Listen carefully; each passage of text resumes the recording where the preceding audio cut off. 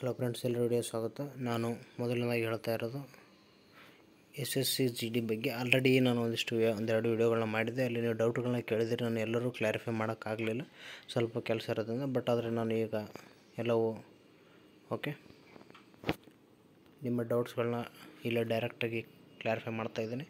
SSC ನೋಡಿ, shift tough ಇತ್ತು ಮತ್ತು ನಾನು 22 ಕ್ವಶನ್ ಮಾತ್ರ ಹಾಕಿದ್ದೀನಿ. 22 ಎಲ್ಲ ಅಕ್ಯುರೇಟ್, ಸೊ 40 ಸ್ಕೋರ್. ನಿಮ್ಮ ಸ್ಕೋರ್ ಎಷ್ಟು ಅಕ್ಯುರೇಟು ಅದನ್ನು ಯಾರೂ ಇಲ್ಲಿ ಕೇಳೋದಿಲ್ಲ, ನಿಮ್ಮ ಮಾರ್ಕ್ಸ್ ಮೇಲೆ ಡಿಪೆಂಡ್ ಆಗಿರುತ್ತೆ ನಿಮ್ಮ ಕಟ್ ಆಫು.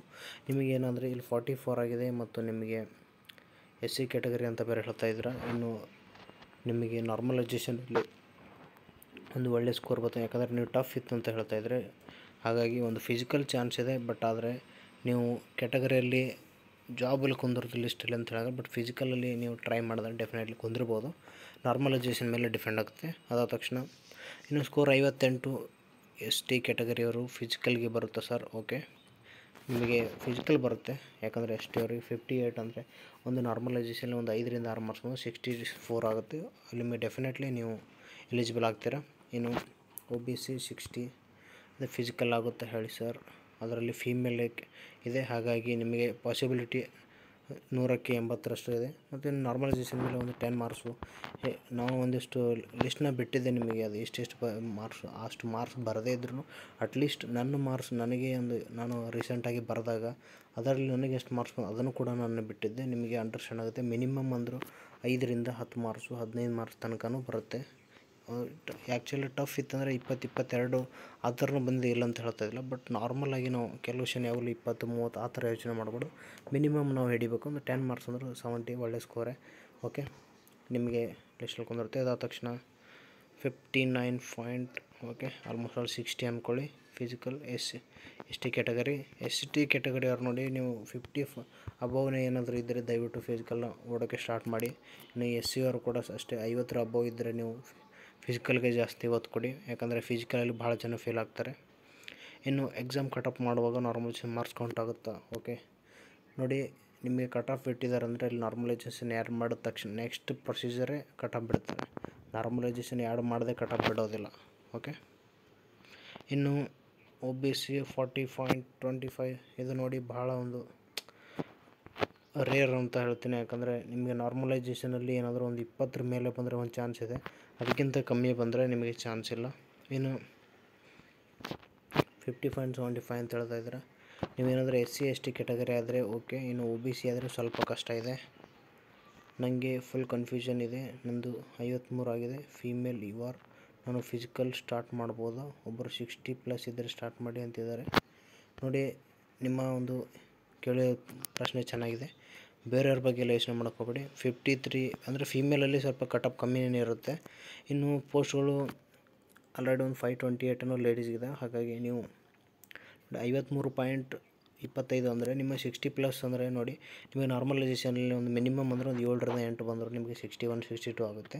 ಫೀಮೇಲಲ್ಲಿ ಅಷ್ಟೇ ಇರೋದು ಕಟ್ ಆಫು. ಹಾಗಾಗಿ ನೀವು ಫಿಸಿಕಲ್ಗೆ ಜಾಸ್ತಿ ಒತ್ತು ಕೊಡಿ, ನಿಮ್ಮ ಫಿಸಿಕಲ್ನ ಸ್ಟಾರ್ಟ್ ಮಾಡಿ. ಓಕೆ, ಇನ್ನು ನಾನು OBC 49 ಫಿಸಿಕಲ್ ಬರುತ್ತಾ ನೋಡಿ. ನಾನು ಹೇಳಿದ್ದೀನಿ ನಿಮಗೆ 60 ಅಬೋವ್ ಇದ್ದರೆ ಬೆಸ್ಟು. ನಿಮಗೆ ನಾರ್ಮಲೈಜೇಷನಲ್ಲಿ ಒಂದು 20 ಬಂದರೆ ಓಕೆ ಆಗುತ್ತೆ. 49 ಇದೆ ಅಂದರೆ ನೋಡಿ, ನಾರ್ಮಲೈಜೇಷನಲ್ಲಿ ಎಷ್ಟು ಬರುತ್ತೆ ಅಂತ ಒಂದಿಷ್ಟು ಕ್ಯಾಲ್ಕುಲೇಷನು ಎಲ್ಲ ಕೊಟ್ಟಾಕಾರ ನಾವು ಲಿಸ್ಟ್ ಕೊಟ್ಟರು. ಅಲ್ಲಿ ಎಲ್ಲ ನಿಮ್ಮ ಒಂದು ಟಫ್ ಎಷ್ಟಿದೆ ಆ ಡಿಪೆಂಡ್ ಮೇಲೆ ಒಂದು 20, 22 ಈ ಥರ ಕೊಟ್ಟಿದ್ದೆ. ನಿಮಗೆ ಮಿನಿಮಮ್ ಅಂದರೆ 5 to 15 ಅಂದರೆ ಬಂದೇ ಬರುತ್ತೆ, ಡೆಫಿನೆಟ್ಲಿ ಬರಲೇಬೇಕು ಅಷ್ಟು. ಬಟ್ ಆದರೆ ನಿಮಗೆ 49 ಇರೋದ್ರಿಂದ ಒಂದು 15, 20 ಅಂತ ಅಂದರೆ ಡಿಫಿಕಲ್ಟಿ ಲೆವೆಲ್ ಮೇಲೆ ಹೋಗುತ್ತೆ. ನಿಮ್ಮ ಡಿಫಿಕಲ್ಟಿ ಇದ್ದರೆ ಒಂದು ಚಾನ್ಸ್ ಇದೆ ಅನ್ಕೋತೀನಿ, ಇಲ್ಲ ಅಂದರೆ ಇಲ್ಲ. ಓಕೆ, ನೆಕ್ಸ್ಟ್ ಅಟೆಂಪ್ಟಿಗೆ ಟ್ರೈ ಮಾಡಿ, ಒಂದು ಒಳ್ಳೆಯ ಸ್ಕೋರ್ನ ಮಾಡ್ಕೊಳ್ಳಿ. ಯಾಕಂದರೆ ಒಂದು ಸಲ ಮಾಡಿ ತಪ್ಪು ಇನ್ನೊಂದು ಸಲ ಮಾಡೋಕ್ಕೆ ಹೋಗಬೇಡಿ. ಇನ್ನು ನಮಗೆ ನೋಡಿ, ನಾನು ಇಲ್ಲಿ ಒಂದಿಷ್ಟು ಮಾಹಿತಿಗಳನ್ನ ಹಂಚ್ಕೊಂಡಿದ್ದೆ. ಇದು ನಿಮ್ಮ ಟಫ್ ಶಿಫ್ಟ್ ಬಗ್ಗೆ. ಇನ್ನು 60 ಮೇಲೆ ಇರೋದು ಎಲ್ಲರೂ ನೀವು ಕಂಪಲ್ಸರಿ ಫಿಸಿಕಲ್ ಸ್ಟಾರ್ಟ್ ಮಾಡಿಬಿಡಿ, ಯಾರಿಗೇನು ಕೇಳೋಕ್ಕೆ ಹೋಗಬೇಡ ಅಂತ ಹೇಳಿದ್ದೆ. ಓಕೆ, ಇನ್ನು 57 ನೋಡಿ ಗುರು, ರನ್ನಿಂಗನ್ನು ಪ್ರಾಕ್ಟೀಸ್ ಮಾಡಿ. ಅದರಿಂದ ಏನು ನಿಮಗೆ ಲಾಸ್ ಅಂತೂ ಏನಾಗೋದಿಲ್ಲ, ಅದರಿಂದ ಲಾಭನೇ ಆಗುತ್ತೆ ಹೊರತು ಲಾಸ್ ಏನಾಗೋದಿಲ್ಲ.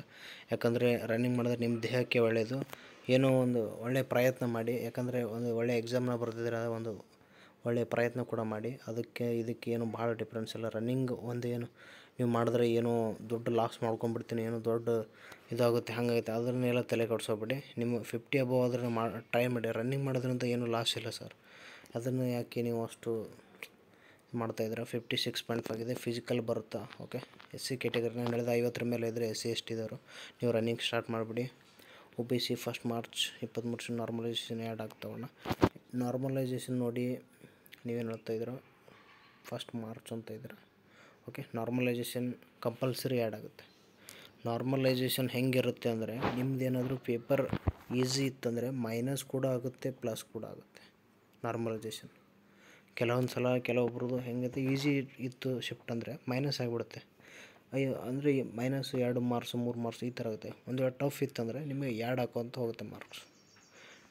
ನಾರ್ಮಲೈಸೇಷನ್ದು ಡೆಫಿನೆಟ್ಲಿ 1 ಮಾರ್ಕ್ಸು ಅಥವಾ 0.5 ಆದರೂ ಬಂದೇ ಬರುತ್ತೆ. ಇನ್ನು sir SC cost 45 any chance 45 ನಿಮ್ಮ ನಾರ್ಮಲೈಸೇಷನ್ ಮೇಲೆ ಡಿಪೆಂಡ್. ಬಟ್ ಆದರೆ ನೀವು ಫಿಸಿಕಲ್ನ ಸ್ಟಾರ್ಟ್ ಮಾಡಿ, ಯಾಕಂದರೆ ನಿಮಗೆ ಒಂದು ವೇಳೆ ಲಿಸ್ಟ್ನ ಕೂತಾಗ ನೀವು ಫಿಸಿಕಲ್ ಮಾಡಬೇಕಾಗಿತ್ತು, ನಾವು ಫಿಸಿಕಲ್ ಪ್ರಾಕ್ಟೀಸೇ ಮಾಡಿಲ್ಲ ಅಂತ ಅನ್ನಿಸ್ಬಾರ್ದು ನೋಡಿ, ಅದಕ್ಕಾಗಿ ಹೇಳ್ತಾ ಇದ್ದೀನಿ. 60 ಆಗಿದೆ. ಓಕೆ, ಫೀಮೇಲ್ ಅವ್ರಿಗೆ 60. ಇನ್ನು ರಾ ಸ್ಕೋರ್ ನಾಗಾಲ್ಯಾಂಡ್ ತುಂಬ ಖುಷಿ ಆಗ್ತಾಯಿದೆ, ಯಾಕಂದರೆ ನಾಗಾಲ್ಯಾಂಡಿಂದ ಕೂಡ ನಮ್ಮ ಟೆಲಿಗ್ರಾಮ್ ಸರ್ ನಮ್ಮ ಯೂಟ್ಯೂಬ್ ಚಾನಲ್ನ ನೋಡ್ತಾ ಇದ್ದಾರೆ ಅಂದರೆ, ಯಾಕಂದರೆ 90 ರಾ ಸ್ಕೋರ್ ಒಳ್ಳೆ ಸ್ಕೋರ್ ಆ್ಯಕ್ಚುಲಿ ಇದೆ 90 ನಾಗಾಲ್ಯಾಂಡ್. ST ಮತ್ತು ಅದರಲ್ಲಿ ST ಕ್ಯಾಟಗರಿ ಬೇರೆ. ಓಕೆ, ನನಗನ್ಸುತ್ತೆ ಇವರು ಜಾಬಲ್ಲೇ ಹೋಗ್ತಾರೆ ಒಂದು ಫಿಸಿಕಲ್ ಪಾಸ್ ಆದರೆ.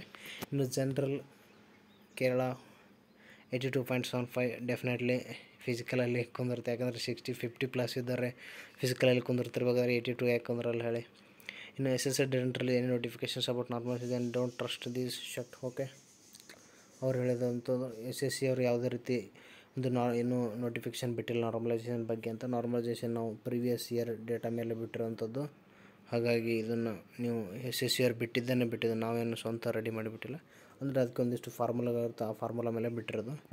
ಇನ್ನು 35 75 ಅಂತ ಬರುತ್ತೆ, 31 ಡಿಫಾಲ್ಟು. ನೀವು ನೆಕ್ಸ್ಟ್ ಅಟೆಂಪ್ಟಲ್ಲಿ ಟ್ರೈ ಮಾಡಿ, ಒಳ್ಳೆ ನಿಮಗೆ ಒಂದು ಅವಕಾಶ ಸಿಗ್ಬೋದು. ಇದು ಇಷ್ಟು ಬರ್ತವೆ ನಾರ್ಮಲೈಸೇಷನ್. ನಿಮಗೆ ಪದೇ ಪದೇ ಹೇಳ್ತಾ ಇದ್ದೀನಿ, ಇಲ್ಲಿರೋಂಥ 26 25 ಇಷ್ಟು ಅಂತೂ ಬರಲಿ ಅಂದರೂ 5ರಿಂದ 15 ಅಂತೂ ಬಂದೇ ಬರುತ್ತೆ ಸರ್. ಯಾಕಂದರೆ ನಾನು ನಿಮಗೆ ಒಂದು ಕ್ಲಿಯರಾಗಿ ನನ್ನ ಯೂಟ್ಯೂಬ್ ಚಾನಲಲ್ಲಿ ಇದೆ ವಿಡಿಯೋ ಇದೆ, ನಾನೇ ಕೊಂಡಿರೋ ಮಾರ್ಕ್ಸ್ ಇದೆ ನಾರ್ಮಲೈಸೇಷನಲ್ಲಿ ಎಷ್ಟು ಬಂದಿದೆ ಅಂತ, ಅದನ್ನು ಬೇಕಾದ್ರೆ ನೀವು ನೋಡ್ಕೊಳ್ಳಿ. ಇನ್ನು EWS 60.5 ಆಗಿದೆ ಅಂತ ಹೇಳಿದರೆ ನೀವು ಕೂಡ ಫಿಸಿಕಲ್ಗೆ ಎಲಿಜಿಬಲ್ ಆಗ್ತೀರಾ. ಪ್ರಾಕ್ಟೀಸ್ ಮಾಡಿ. ಓಕೆ,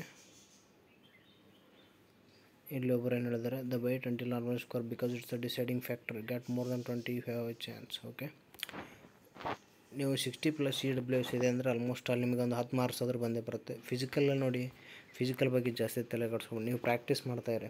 ಸಪೋಸ್ ನಿಮಗೆ ಲಿಸ್ಟಲ್ಲಿ ಬತ್ತಂದರೆ ಅವತ್ತು ನೀವು ಫಿಸಿಕಲ್ನ, ಯಾಕಂದರೆ ಫಿಸಿಕಲ್ ಇರೋದು ನಾರ್ಮಲ್ 5 ಕಿಲೋಮೀಟ್ರ್ ಇದೆ. 5 ಕಿಲೋಮೀಟ್ರ್ ಅಂದರೆ ನೀವು ಕಂಟಿನ್ಯೂಸ್ ಆಗಿ ಪ್ರಾಕ್ಟೀಸ್ ಮಾಡಿದ್ರೆ ಮಾತ್ರ ಅವೆಲ್ಲ ವರ್ಕ್ ಆಗುತ್ತೆ. ಒಂದಿನ 10 ದಿನದಲ್ಲಿ ಏನೋ ಫಿಸಿಕಲ್ ಆಗ್ತದೆ ಅಂದರೆ ಆಗೋದಿಲ್ಲ. ಮಿನಿಮಮ್ 1 to 2 ಮಂತ್ಸ್ ನೀವು ಪ್ರಾಕ್ಟೀಸ್ ಮಾಡಬೇಕು. ಹಾಗಾಗಿ ದಯವಿಟ್ಟು ಹೇಳ್ತಾ ಇದ್ದೀನಿ, ನೀವು ಫಿಸಿಕಲ್ನ ಸ್ಟಾರ್ಟ್ ಮಾಡಿ, ಯಾರ್ದು ಏನೂ ಕೇಳೋಕೆ ಹೋಗಬೇಡಿ. ಯಾಕಂದರೆ ಒಂದು ಚಾನ್ಸ್ ಅಂತ ಇತ್ತು, ಅವಕಾಶ ಸಿಕ್ಕಾಗ ಅದನ್ನು ಬಳಸ್ಕೋಬೇಕು. ಅದಕ್ಕಾಗಿ ನೀವು ಎಷ್ಟು ದಿನ ವೇಟ್ ಮಾಡಿದ್ರೂ ಇಲ್ಲ, ನೀವು ಈಗಿಂದ ಪ್ರಾಕ್ಟೀಸ್ ಮಾಡ್ತಾಯಿದ್ರೆ ನಿಮಗೆ ಅದೊಂದು ಅವಕಾಶ ಬರ್ತಂದರೆ ಅದನ್ನು ಹಾಗೆ ನೀವು ಬಾಚ್ಕೊಂಡ್ಬಿಡ್ಬೇಕು. ಹಾಗಾಗಿ ಇಷ್ಟು ನೀವು ಕೇಳಿರೋಂಥ ಡೌಟ್ಗಳು ಕ್ಲಿಯರ್ ಮಾಡಿದ್ದೀನಿ. ಇನ್ನೂ ಏನೋ ಡೌಟ್ಗಳಿದ್ದಾರೆ ದಯವಿಟ್ಟು ಕೇಳಿ, ನಾನು ಇಲ್ಲೇ ಒಂದು ವೀಡಿಯೋ ಮಾಡಿ ನಿಮಗೆ ಎಕ್ಸ್ಪ್ಲೇನ್ ಮಾಡ್ತೀನಿ. ಎಲ್ಲರಿಗೂ ಕ್ಲಿಯರ್ ಆಗಿದೆ ಅನ್ಕೋತೀನಿ, ಯಾಕಂದರೆ ಇಂಡಿವಿಜುವಲ್ ಮೆಸೇಜ್ ಹಾಕಿದ್ರೆ ಅದು ಎಲ್ಲರಿಗೂ ಕ್ಲಿಯರ್ ಆಗಿಲ್ಲ. ಯಾಕಂದರೆ ನಿಮ್ಮ ಥರ ಇನ್ನೊಬ್ಬರಿಗೆ ಅದೇ ರೀತಿ ಡೌಟ್ ಇತ್ತಂದರೆ ನಾನು ಮತ್ತೆ ರಿಪೀಟಾಗಿ ಅದೇ ಡೌಟ್ನ ನಾನು ಹೇಳಬೇಕಾಗುತ್ತೆ. ಹಾಗಾಗಿ ಯೂಟ್ಯೂಬ್ನಲ್ಲಿ ಹೇಳಿದ್ರೆ ಎಲ್ಲರಿಗೂ ಕೂಡ ಒಂದು ಅಂಡರ್ಸ್ಟ್ಯಾಂಡ್ ಆಗುತ್ತೆ ಅಂತ ಹೇಳ್ತೀನಿ. Okay, thank you. ದಯವಿಟ್ಟು ನಮ್ಮ ಚಾನಲ್ ಸಬ್ಸ್ಕ್ರೈಬ್ ಮಾಡಿ, ಸಪೋರ್ಟ್ ಮಾಡಿ. ಹೆಚ್ಚಿನ ಮಾಹಿತಿ ಏನಾದರೂ ಬೇಕಾದರೆ ದಯವಿಟ್ಟು ಕಮೆಂಟ್ ಮಾಡಿ. Thank you.